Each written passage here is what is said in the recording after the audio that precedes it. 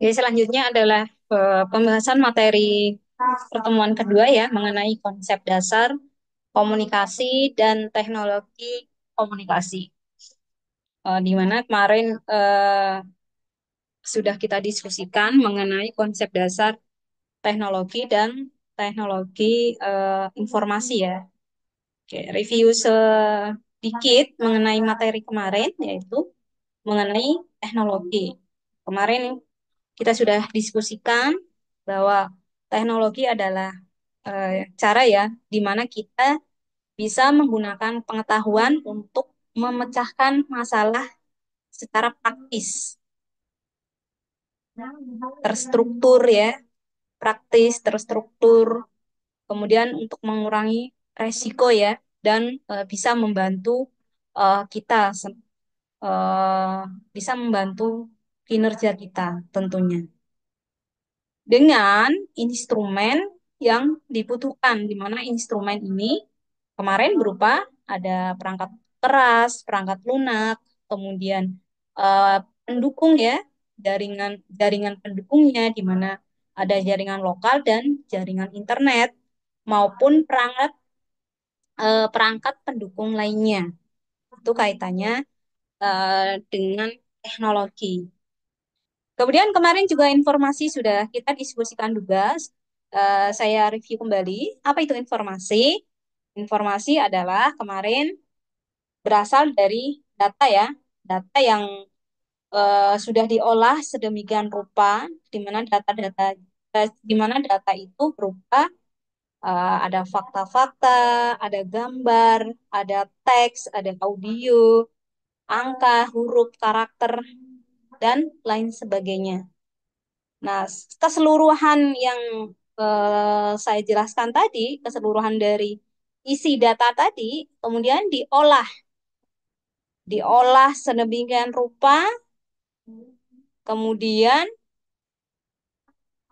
bisa digunakan oleh manusia, oleh pengguna, yang disebut sebagai informasi. Jadi informasi berasal dari data yang sudah diolah. Di mana data-data tersebut bisa diperoleh oleh pengguna dari mana? Dengan melakukan penelitian. Jadi dengan melakukan penelitian, baik itu penelitiannya berupa observasi atau pengamatan, berupa interview atau wawancara, atau studi literatur ya, nah, itu untuk menghasilkan atau mendapatkan sebuah data. Kemudian data yang diperoleh oleh peneliti tadi diolah sedemikian rupa menjadi sebuah informasi. Nah, informasi ini yang digunakan peneliti atau pengguna untuk membuat sebuah report. Entah itu laporannya tentang laporan keuangan, laporan apa namanya? Bisnis, laporan apa namanya? eh project, laporan produksi dan lain sebagainya. Nah, kalau bagi kalian ya tentunya untuk membuat laporan tugas kuliah ya. Jadi kalian sebagai mahasiswa itu juga harus sudah familiar dengan yang namanya penelitian karena nanti keseluruhan dari tugas kalian itu tidak hanya bisa ya dikerjakan hanya dengan copy paste dari internet. Jadi kalian perlu melakukan sebuah riset atau penelitian. Walaupun penelitian yang kalian lakukan bisa secara tidak langsung ataupun secara langsung. Nah, itu ya. Makanya eh, informasi ini sangat dibutuhkan. Kemudian komunikasi. Komunikasi itu apa sih ya? Komunikasi, komunikasi.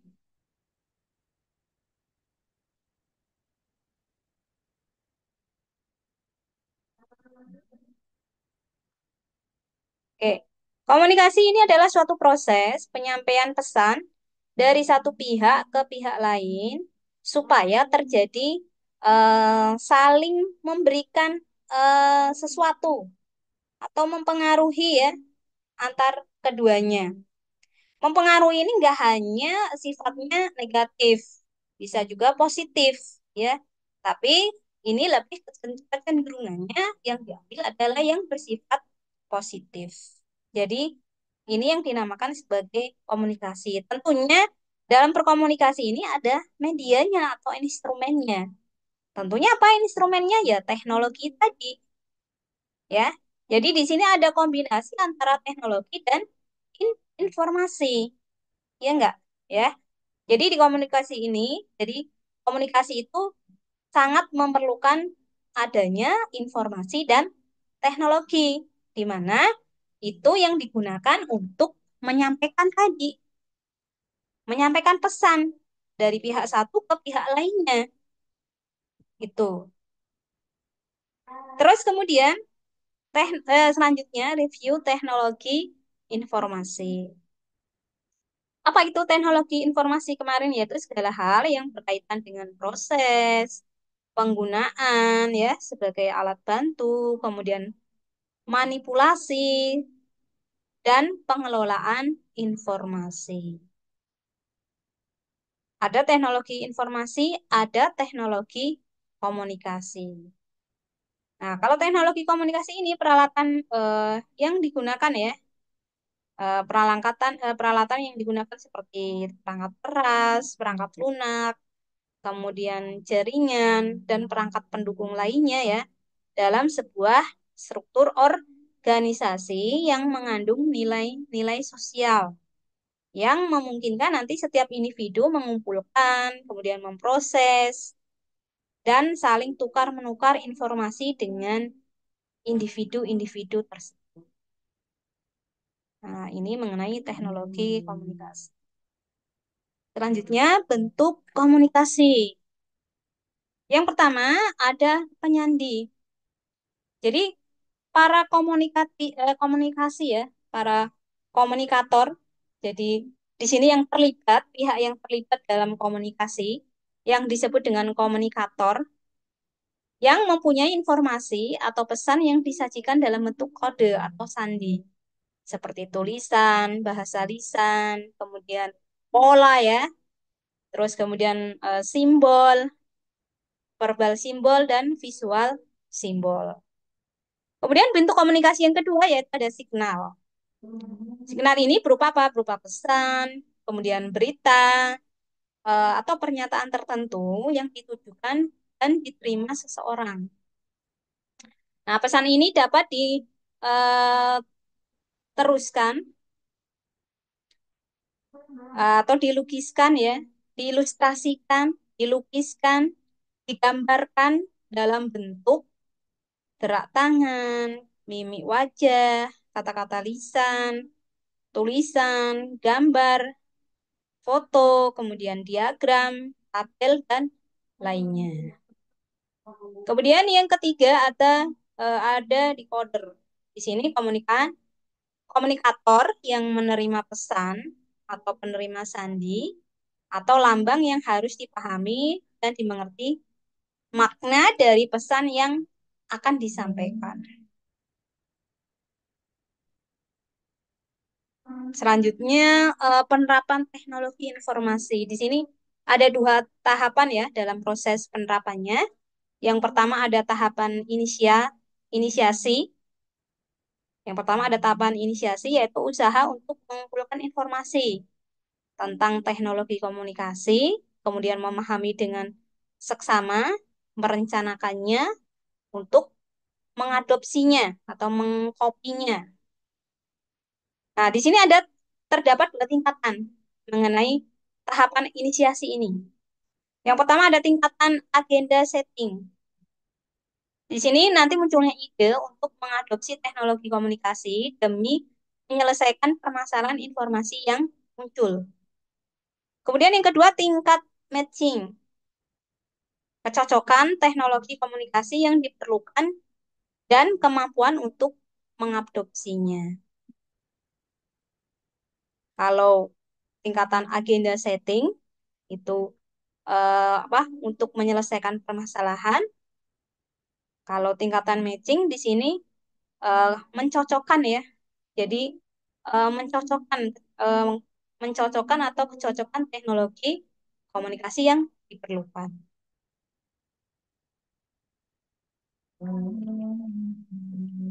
Kemudian yang pertama tadi tahapan inisiasi, yang kedua adalah tahapan implementasi. Nah, pada tahapan implementasi ini seluruh kegiatan yang dilakukan menggunakan komunikasi yang diinginkan.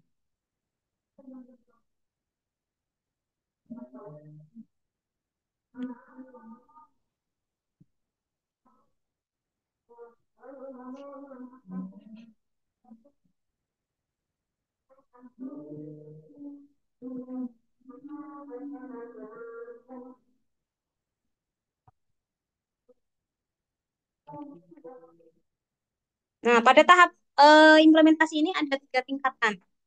Yang pertama tingkat redefining, nah ini mengatur, menyusun, dan modifikasi ya.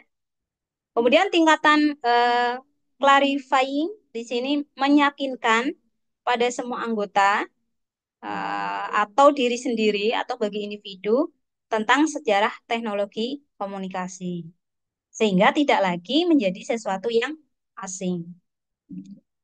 Kemudian tingkatan rootnizing, di sini teknologi komunikasi sudah dapat diketahui secara jelas.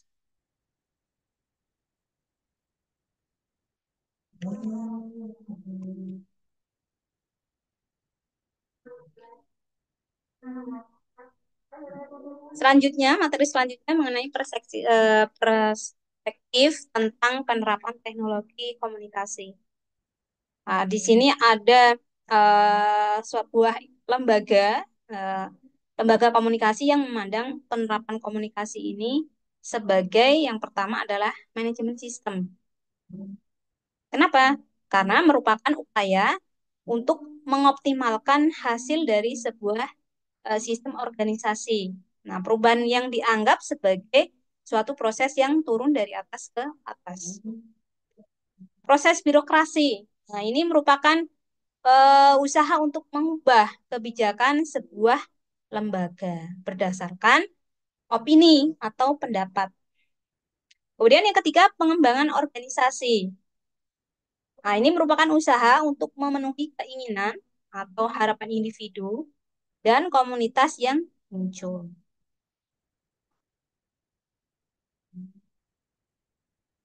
Nah, kaitannya dengan perspektif tadi tentang penerapan teknologi, ini ada tiga ya perspektifnya. Yang pertama ada teknosentrik. Nah, teknosentrik ini apa? Terciptanya sebuah perubahan dan dianggap sebagai faktor yang dominan yang fokus terhadap kapasitas tersedianya teknologi.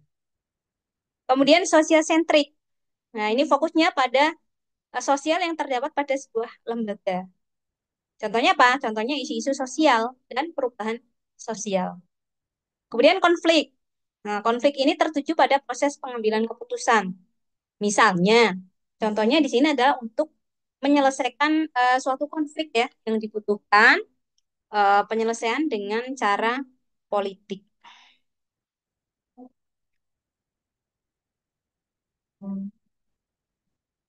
Nah, selanjutnya, materi selanjutnya, siapa sih para pelaku teknologi komunikasi?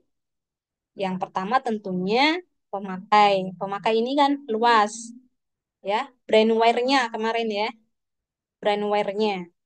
Kemudian perusahaan penyedia jasa telekomunikasi. Contohnya di sini adalah wartel. Kalau zaman dulu ya, zaman dulu saya masih SMA itu masih ada wartel. Tapi kalau sekarang karena teknologinya sudah semakin canggih ya, tidak ada seperti itu. Kalau dulu saya waktu masih SMA itu masih nemu yang namanya wartel. Kemudian yang ketiga produsen peralatan komunikasi. Nah, ini perusahaan menghasilkan peralatan komunikasi yang dengan kualitas yang baik tentunya. Kemudian badan yang mengatur teknologi komunikasi. Tentunya ini kaitannya dengan pemerintah ya.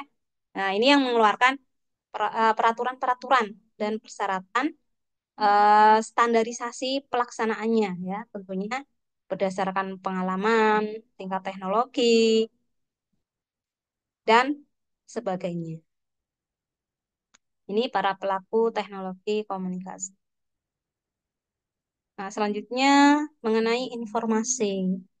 Oke, informasi tadi ya sudah saya bahas. Selanjutnya adalah ciri-ciri informasi yang berkualitas itu yang bagaimana? Yang pertama, informasi tersebut harus akurat. Jadi real ya, akurat ini real ya. Dijamin kebenarannya real.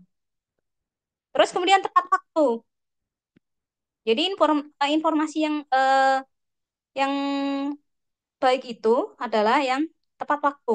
Informasi harus tersedia atau ada saat diperlukan. Relevan. Di sini harus sesuai dengan yang dibutuhkan. Kemudian lengkap, komplit. Harus sesuai, harus ya, informasi harus diberikan secara utuh, tidak dipotong-potong, tidak dimanipulasi. Nah, ini ciri-ciri informasi yang baik. Kemudian jenis-jenis informasi, di sini ada absolute informasi ya, ada substitusional informasi, kemudian ada filosofik informasi, ada subjektif informasi, dan cultural informasi. Cultural ini lebih ke informasi budaya ya, seperti itu. Nah, tadi jenis-jenis informasinya. Sekarang komponennya. Komponen informasi itu ada apa saja? Di sini ada root of informasi, yaitu komponen inti. Nah, di sini eh, biasanya berada pada tahap keluaran ya, keluaran pertama dari sebuah proses pengolahan data yang biasanya disampaikan oleh orang pertama. Jadi masih asli informasi yang diterima.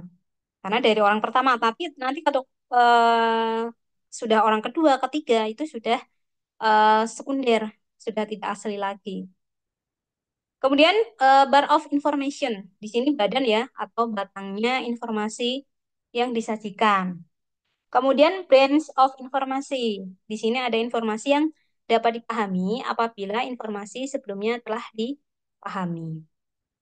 Kemudian yang keempat ada stick of information. Nah, ini komponen informasi yang sederhana dari cabang informasi. Nah, inilah mengenai bagian-bagian dari informasi atau komponen informasi. Jenis-jenisnya sudah, komponennya sudah, sekarang unsur-unsur teknologi komunikasi. Tadi kita sudah bicara mengenai informasi ya. Sekarang balik lagi ke teknologi komunikasi. Nah, di mana eh, ada unsur-unsur teknologi komunikasi yang perlu ketahui. Yang pertama, komunikator. Tentunya di sini orangnya ya, aktornya, baik yang mengirim maupun yang menerima. Kemudian pesan. Tentunya pesan ini adalah informasi yang diterima atau disampaikan. Kemudian media. Media ini instrumennya. Menggunakan media apa, hardware apa, software apa, jaringan apa, ya, seperti itu. Kemudian penerima, efek, dampaknya. Kemudian feedbacknya, ada umpan balik. Kemudian lingkungan, lingkungan ini kaitannya dengan lingkungan psikologis, fisik, budaya, dan lain sebagainya. Terus noise, ada gangguan. Kemudian encoding, di sini ada proses penyandian informasi yang menjadi pesan oleh pengirim. Kemudian ada decoding, ini adalah penafsiran pesan yang diterima oleh penerima. Nah, ini unsur-unsur teknologi komunikasi yang perlu diketahui. Selanjutnya, macam-macam teknologi ya, dari zaman tahun 1455, itu dimulai dari penemuan mesin cetak, mesin analitik ya, itu 1830, komputer digital yaitu 1946 ya, terus sampai yang terkini. Nah, ini sampai internet ya, yang terkini. Nah, ini contoh ya, contoh dari beberapa teknologi komunikasi yang bisa biasa digunakan oleh eh, pengguna. Pengguna ini siapa? Ya tergantung brandware-nya itu ya. Brandware-nya ini kan macam-macam. Nah, ini yang kekinian ya. Eh, internet, ada email, telegraf, text mail ya. Kemudian ada handphone. Oke, ini untuk materi hari ini mengenai konsep dasar komunikasi dan teknologi komunikasi. Silahkan jika ada pertanyaan mengenai materi pertemuan kedua, bisa kita diskusikan di grup atau di MyPage. Oke, saya akhiri untuk materinya. Terima kasih. Assalamualaikum warahmatullahi wabarakatuh.